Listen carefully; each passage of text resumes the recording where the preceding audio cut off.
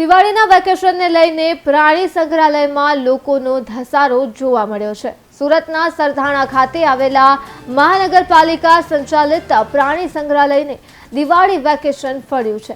28 ઓક્ટોબરથી લઈને 3 નવેમ્બર સુધીમાં કુલ 80,000 લોકોએ ઝૂની મુલાકાત લીધી છે, જેનાથી પાલિકાને 22,32,000 રૂપિયાની આવક થઈ છે।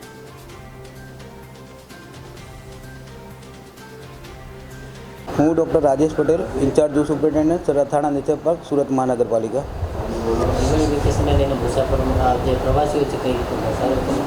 દર વર્ષે આપણે જે દિવાળી વેકેશન અને ઉનાળુ વેકેશનમાં મોટા પ્રમાણમાં ઝૂમાં મુલાકાતીઓ વિઝિટ કરતા હોય છે।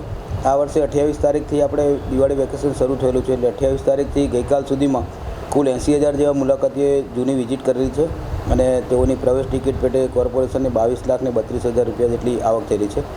એમાં સૌથી વધારે મુલાકાતી દિવાળીના દિવસથી ગઈકાલ સુધી 4 દિવસમાં 76,000 મુલાકાતીઓએ મુલાકાત લીધેલી છે અને એના પ્રવેશ ટિકિટ પેટે 21,45,000 રૂપિયાની આવક થયેલી છે।